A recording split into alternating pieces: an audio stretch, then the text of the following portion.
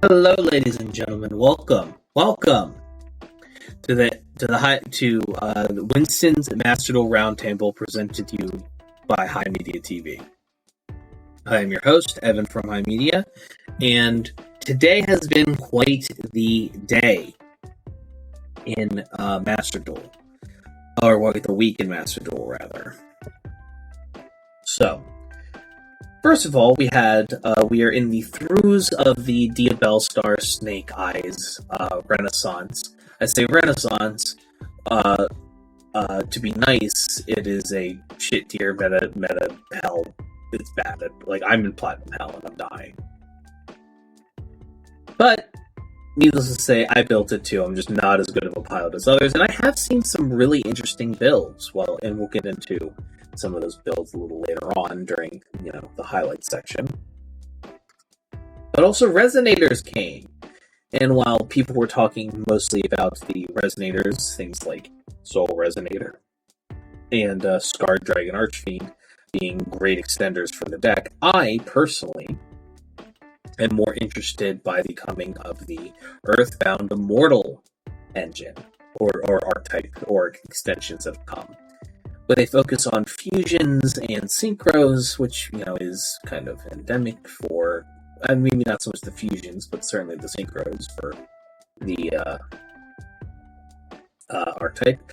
I will say that, I'm happy and excited to play around with these cards, although that's probably going to have to wait a little bit, especially since we have Tier 0 coming on the horizon with the Fire King supports coming sooner rather than later. Snake Eyes continues to be a pretty potent mega threat, and the Diabellstar cards, despite Wanted probably needing a hit, is going to be around for a much long-awaited time. Now then, while this would normally be the point in the show, given this is the first episode, I want people to at least understand what the premise of things here is. I would ask my illustrious co-hosts to partake, but given it is currently 1 o'clock in the morning at the time of recording, and some different co-hosts actually have lives, I'm not asking that of them. So I wanted to talk just a little bit briefly about some of the shenanigans that have been happening, at least while I've been playing. I mentioned earlier how there was people have been building Snake Eyes very, very uniquely. I actually have a video coming up this coming Wednesday, in a couple days, where I go over where I've built a funny little deck that I don't want to spoil for that video, but in the meantime, let's just say that it's shenanigans. But one of the people I fought against with said deck was running a Synchro Circle Jerk package that was supplemented with Snake Eyes, oddly enough, in Diabellstar. And, I understand that the Fire Baby Polaris and the rest of their ilk is a powerful package. But I don't think it needs to be slotted into everything. I know that saying that is sort of a slap in the face to the video that's coming out on Wednesday, but that's neither here nor there. As far as alternate formats in Master Duel is concerned, there was a Time Wizard tournament in friend of the show, Crispy Synchron server. Unfortunately, due to scheduling errors, it just ended up evolving into me, Crispy, and Chara hanging out in a duel room, fucking around. A lot of fun. I built a fun little time-sensitive package. I actually made a second pot of greed, 2 pots of greed. I made 3 Cybersteins, and the whole goal of the deck was to shit out fusions as needed, use traps and to stall, and use Gravekeeper as an engine to get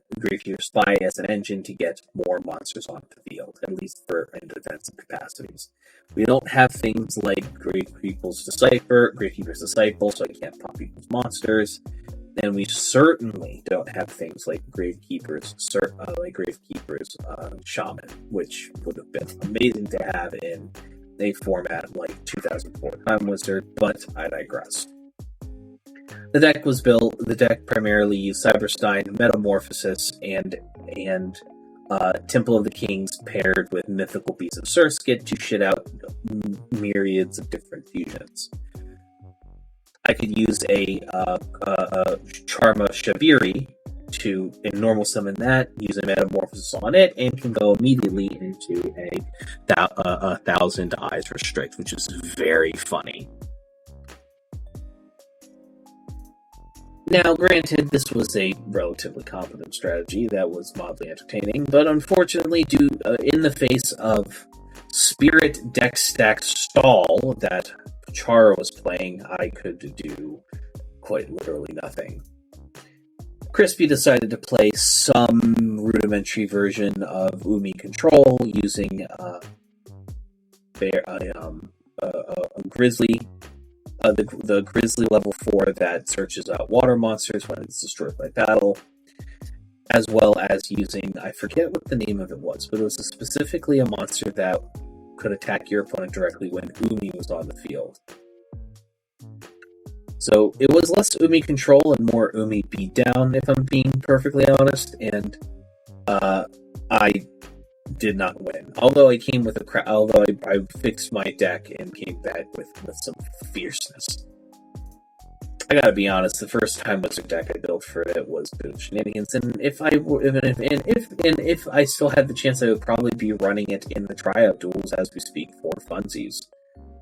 Just, when I was a little kid, I didn't really play meta Yu-Gi-Oh! I didn't even really play standard Yu-Gi-Oh! There was a ban list? The fuck is a ban list? We just built whatever the fuck we wanted, played cards. It's fun. Enjoyable. Honestly, at the end of the day, I enjoyed playing Yu-Gi-Oh! As a kid, and while Playground Yu-Gi-Oh! Was fun, being able to play in a more official setting from that time period was pretty awesome. I liked it. And this kind of brings me into something I'm probably going to bitch about at the end of every single podcast. And that is, please, Konami, give us more options in terms of rule sets in our duel rooms. Yes, you've given us some options, but you haven't given us enough options. Let us pick. Give us a timeline slider on so we can only use things that were legal on the ban list in the OCG or TCG at this date, or let us create our own ban lists natively, just for duel rooms. It doesn't have to be in ranked. Master Duel should be a platform for people to play Yu-Gi-Oh! On, and it shouldn't just be a game or a format. It should be a platform for people to play Yu-Gi-Oh! However they want. And yes, you can just boot up a Discord with your friends and have everybody agree to follow certain rules, but man, would it be nice if you could just search out a specific rule set in the duel rooms and just go and have fun. It would quite literally take a lot of the wind out of the sails of simulators like Omega, Yu-Gi-Oh! Omega and Edo Pro. Honestly, I would want them to have an almost Gary's mod level of manipulation and being able to edit and make game modes within duel rooms in Yu-Gi-Oh! Master Duel. That would be awesome. I would love it if they could just say, hey, if you wanted to run speed duels for whatever reason with certain cards, you're welcome to. Let us go ham. But Konami won't ever do that. Just like how Wizards of the Coast won't make, unlike Wizards of the Coast, Konami doesn't do things for its player base because they're stupid and don't know what they're doing. Wizards of the Coast just does it because they're greedy. Meanwhile, Pokemon's out here making their money off of hollows instead of actual meta threats. probably going to start looking at Pokemon a little bit from time to time, because I am poor and I can buy a meta deck for like $20. But this is a Yu-Gi-Oh podcast. We are in the suck. You can never escape. I will say I did go against a pretty gnarly Synchro Circle Jerk deck with just TG Librarian on field and just summoning more and more and more. Just to put it in perspective, I forget the name of the trap, but they summoned Cyphering Lord Omega. They then used the trap that they activated, basically, to special summon during my draw phase. To summon a Trishula. So I started my hand essentially with like 3 or 4 cards, and I still had some heat. I could make it work, and I did ultimately win that match to the chagrin of the person I was playing. But man, they made me work for it. That's for damn sure. What am I playing outside of what's coming out on Wednesday? I'm certainly playing Dirt. I'm still playing Dirt. I like Dirt a lot. The Therian cards are a joy, and honestly, as a package, they obviously are an archetype of their own, and they don't feel completely like an engine similar to how Diabellstar is. But man, do they! It's just. They play so nice with certain cards that it's kind of difficult to justify not including them where I can. They have a field spell that searches and is honestly really good to have by default. They have a pot of greed card and charge. They have and the monster lineup is pretty robust and interesting. They have a pop with the whip. They have a bounce with the water. They have protection with the light. They have the Omni Negate, obviously, with King. They have you want to make a level 8? Here, summon Empress and attach another level 8 to it. And just spell trap search. It's a relatively verbose and interesting package, and I like it a lot. It makes me want to stuff it into as many decks as I can.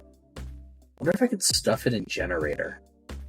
I probably shouldn't stuff it in Generator, should I? Anyhow. Ladies and gents, thank you so much for listening to the first episode of Winston's Master Duel Roundtable. I recognize that these... I will say that my idea for these podcasts are that they're supposed to go about 20-30 minutes. But it is just me, and there is no banter, so we are here.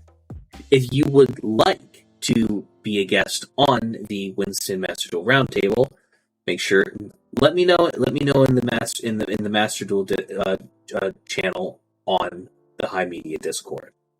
You can get an invite to the Master Duel Discord by going to HIMedia.gg and just click in the disc and click the join the community button. I'm probably going to code a distinct, deliberate actual endpoint for HIMedia.gg / Discord, but